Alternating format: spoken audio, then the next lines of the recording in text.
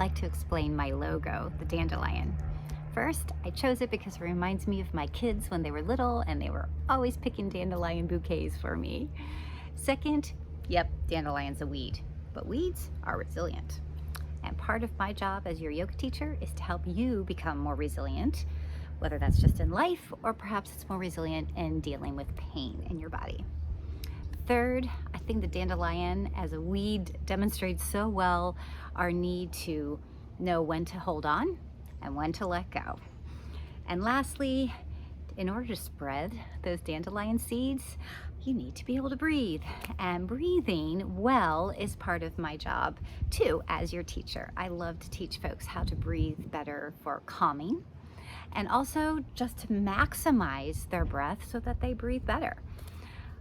Thank you for learning a little bit more about my logo, and I look forward to seeing you soon.